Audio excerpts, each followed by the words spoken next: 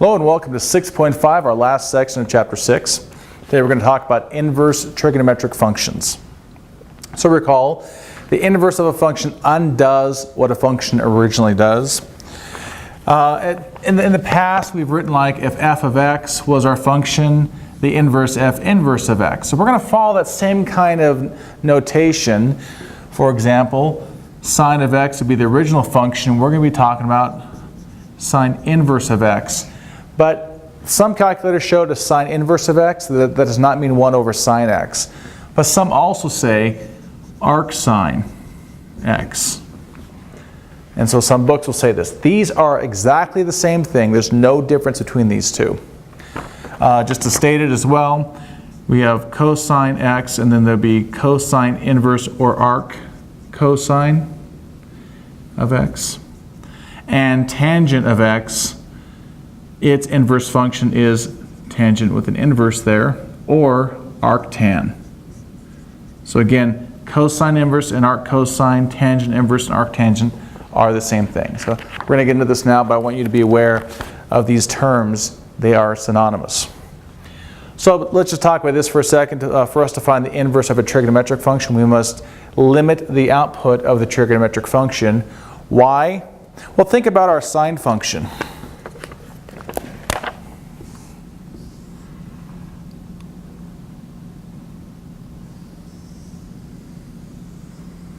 Now the sine function, if we look at that, what's the problem we're going to encounter on doing the inverse function? Well, if you draw that horizontal line, if you recall back from your pre-calculus part 1 days, the horizontal line test gives us a problem that it hits it more than one time, even back over here.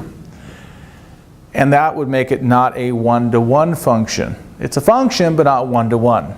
So we're going to limit our domain in this. So for sine, for example, we're going to go from negative pi over 2 to pi over 2.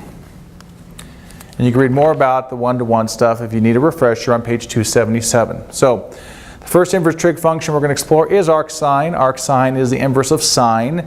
You may have also seen arc sine written as sine inverse. I stated that. We will choose the interval negative pi over 2 to pi over 2. And this is important. We have the squared off brackets because it does include the endpoints. So for arc sine, given x is an element within the interval, the closed interval, arc sine is defined by either of the following: y equals sine x, or x equals arc sine y. You could also write it the other notation: y equals sine x is the same thing as, means the same thing as x equals sine inverse y. Sine inverse, same thing as arc sine. So we could state this in words.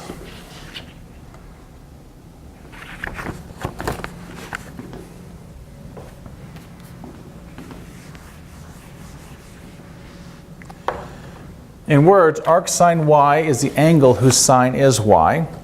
Since the restricted domain of sine is negative pi over 2 to pi over 2, and its range is negative 1 to 1, the domain of arc sine, the numbers you plug into the arc sine, will go from negative 1 to 1 in the closed interval. And the range is, what it's going to produce is negative pi over 2 to pi over 2. So our sine curve is here. It's kind of hard to see this because I pulled these both off the TI-89, but here's a graph of arc sine. So it goes from, notate this. This is negative pi over 2 to pi over 2. It's 1 up there, negative 1 down there. It's going from negative pi over 2 to pi over 2, then negative 1 to 1. So these are the y values produced by sine. And over here we have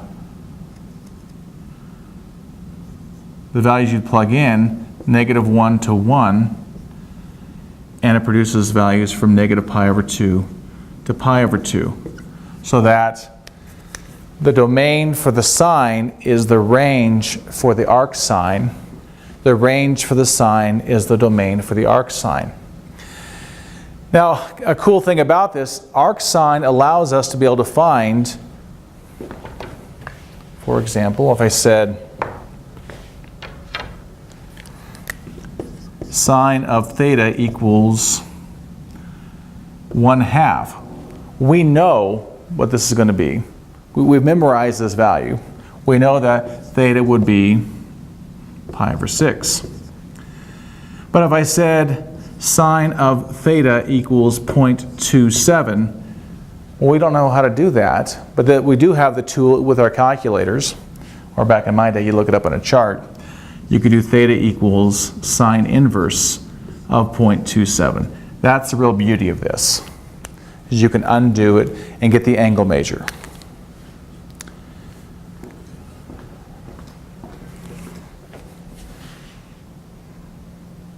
Scrolling up here, I wonder if I can get these to line up. I don't think so. Let me relabel this. Now for arc cosine, we take a different piece of the graph. Instead of negative pi over 2 to pi over 2, we're going to go from 0 to pi. And for the y values, again, negative 1 to 1. So for arc cosine, you'd plug in negative 1 to 1. It's going to produce values from 0 to pi. So notice that even with our arc cosine, we still have a distance overall of pi. Before it was negative pi over 2 to pi over 2, so we still have the same distance of pi.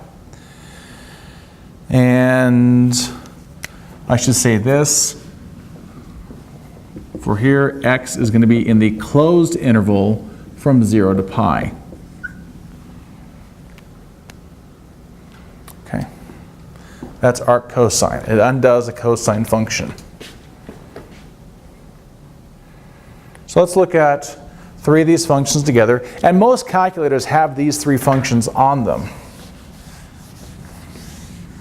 whether scientific or graphing. Okay, inverse sine, talking about this function, arc sine of y equals x, same thing as saying y equals sine of x. So the point of it is that sine of some angle produces this value, arc sine of that value produces the angle. The other way to write it, sine inverse of y equals x, y equals sine of x. The domain for the arc sine is negative 1 to 1, so the value you should plug in, the x value, the things you plug in. And I put y here because we're talking about this y here, the stuff that goes in it. I know typically y is associated with the dependent variable, but I want to just make that reference here. This y is in reference to what's being plugged in. You plug in things from negative 1 to 1, and the thing, what it produces is x, is an angle measure.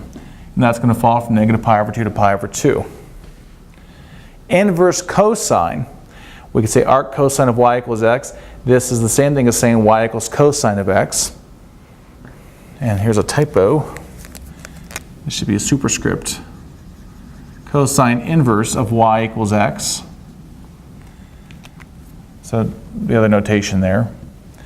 Again, what you're going to plug in is negative 1 to 1, but what this produces is 0 to pi, and notice the closed interval includes those endpoints. Now the other one we haven't talked about yet is tangent. Arctangent, what undoes the tangent function, arctangent of y equals x, means y equals tangent of x. Again, this should be tangent inverse, another way to say the same thing. Now the domain here, you could plug anything from negative infinity to infinity in there, but what it's going to produce is negative pi over 2 to pi over 2 with the parentheses here. It's an open interval. It does not include the endpoints because tangent is not defined at pi over 2 and negative pi over 2.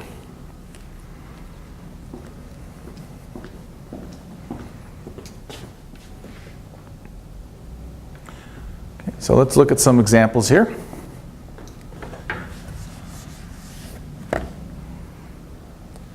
Okay, y equals sine inverse of negative 1. Well, I like to think, okay, this is like saying sine of y equals negative 1. Well, sine of what makes negative 1 on the interval from negative pi over 2 to pi over 2? And that value would be negative pi over 2. Because sine of negative pi over 2 would be negative 1. So the answer here is negative pi over 2. y equals arcsecant of 2. Now this secant, we didn't talk about secant, but secant is related to cosine. So let me show you how I would approach this one. I'd say secant of y equals 2. Well, what's secant? Secant is 1 over cosine of y equals 2. Now we can flip both sides. Cosine of y equals 1/2. That's from flipping both sides. So cosine of what is 1/2? And y would have to be pi over 3. So arcsecant of 2 is pi over 3. Now some calculators will have an arcsecant. In the TI-89, it's under the catalog button. I'd be happy to show you guys in our work session about that. Y equals arc cosecant of 1.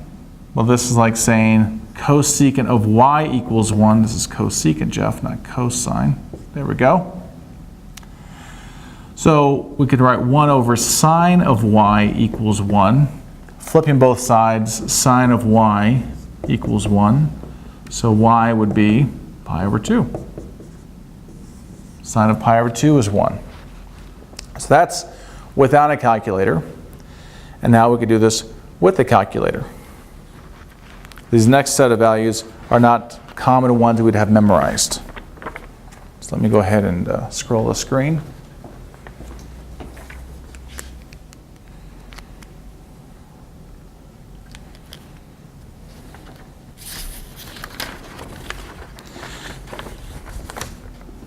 I'm going to do these all in radian mode.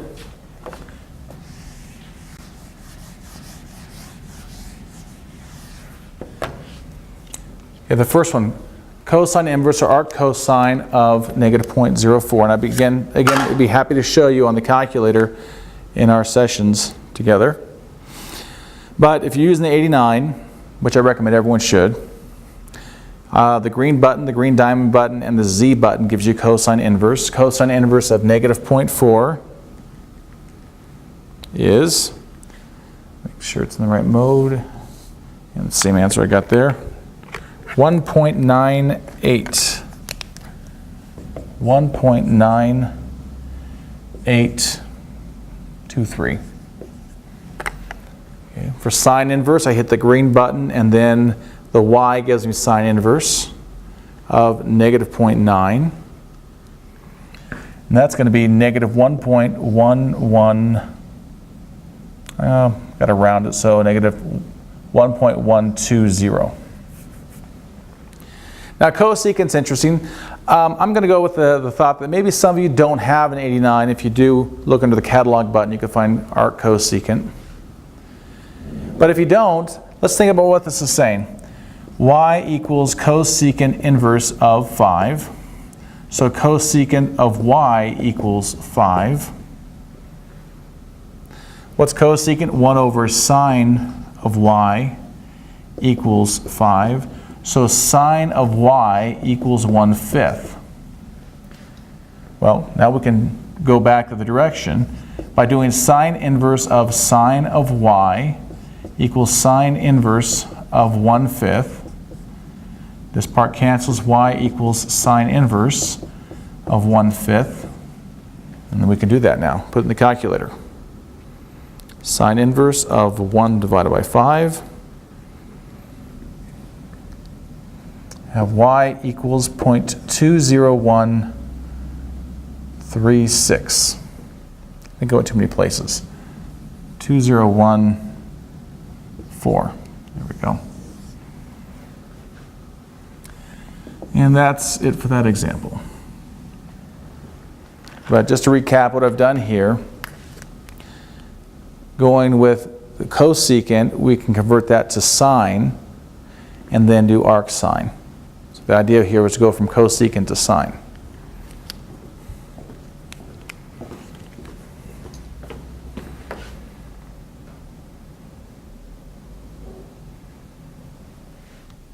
There we go.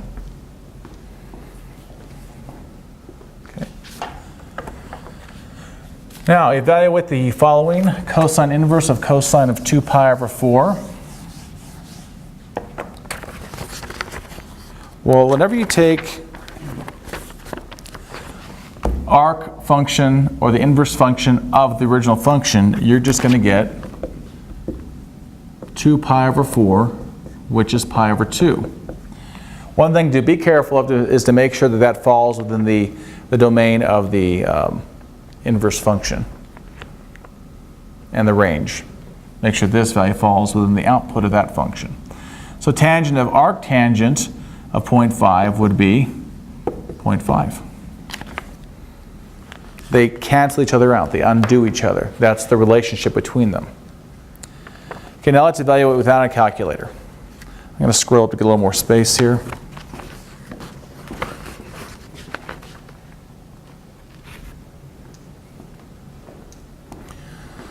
Sine of arctangent of the square root of 3.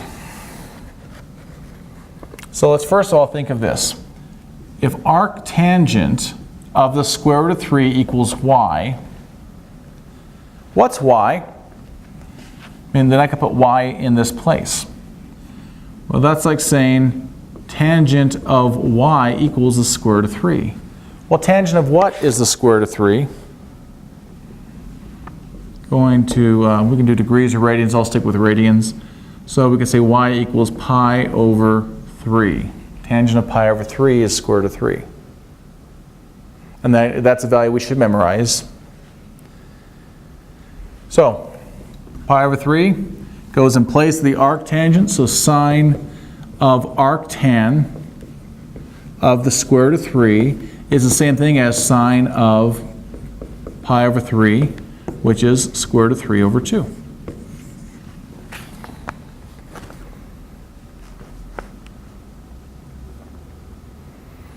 Okay, next one, tangent of arcsine of negative square root of 2 over 2. So if we said y equals arcsine of negative square root of 2 over 2, that's like saying sine of y equals the square root of 2 over 2. So y must be, is negative pi over 4. So tangent of negative pi over 4 is negative 1. Put that negative pi over 4 in place of the arcsine of negative square root of 2 over 2.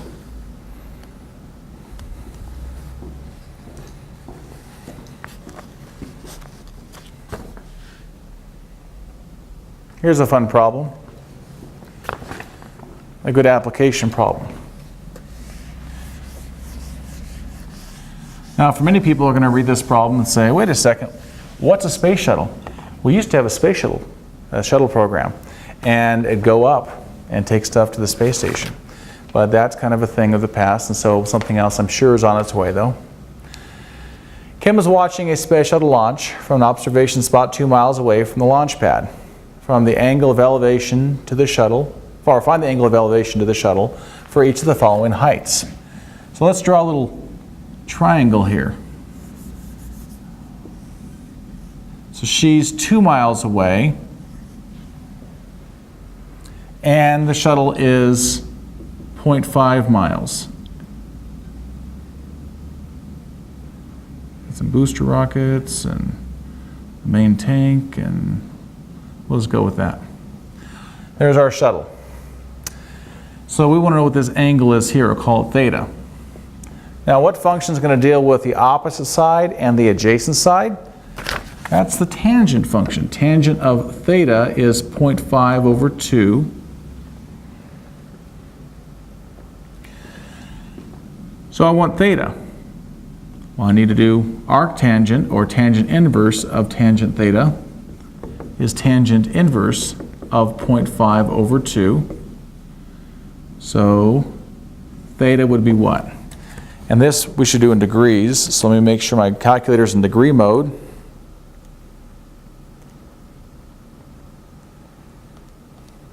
So I'm going to do arctangent, or tangent inverse, of 0.5 divided by 2.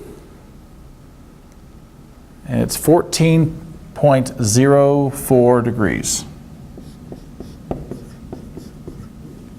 So that's the angle of elevation when it's half a mile in the air.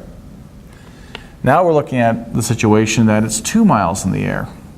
So it's 2 miles, its launch point was 2 miles away from her, and it's 2 miles in the air. tank there. Shuttle's in the back of that. Another tank, or another booster rocket there. Okay. So here's our theta. You might be able to guess what this one is without doing the work. Tangent of theta is 2 over 2. So tangent of theta is 1. What's that going to be? Tangent of what is 1? Theta must be 45 degrees. And in the third case, it's 2.8 miles in the air. That's not a very good square. There we go. So here's our theta. 2.8 miles in the air.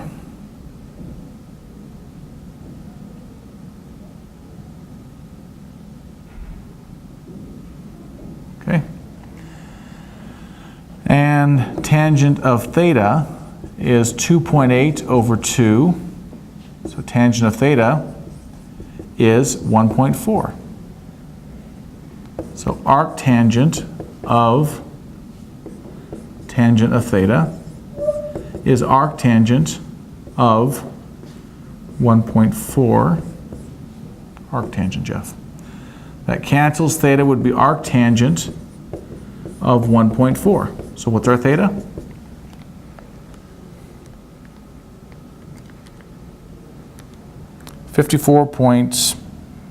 .5 degrees.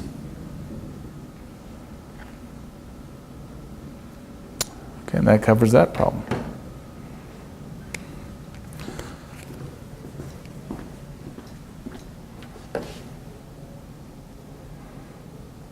Okay, we have one problem left here.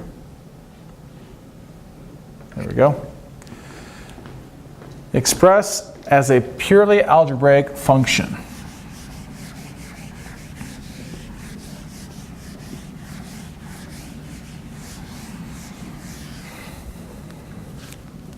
So tangent of arc cosine of x. Now, when we had an angle in there, we could do something with this, but we don't have an angle, we have x. So this is really more of an algebraic and geometric consideration. So if we said y equals cosine inverse of x, that means that cosine of y equals x. And if it helps to think of it as x over 1. So let's draw a generic triangle. Here's y, the angle. Y is an angle. And its cosine. Cosine is what? Cosine is the adjacent side, so that's x, over the hypotenuse, which is 1. So now we have to use the Pythagorean theorem to find this other side.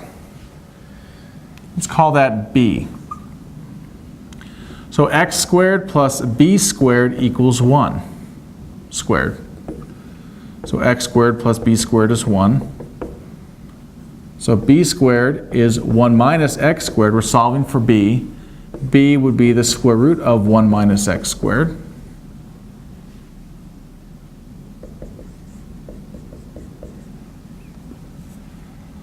Now, we said that y was cosine inverse of x. So if we replace cosine inverse of x with y, we have tangent of y equals what? Tangent of y is the opposite side over the adjacent side. Square root of 1 minus x squared over x. So we could say tangent of cosine inverse of x is the square root of 1 minus x squared over x. And that's it. And I believe that's the end of this section. Hang on a second. That's it. Okay. So we'll stop with that and send me your questions.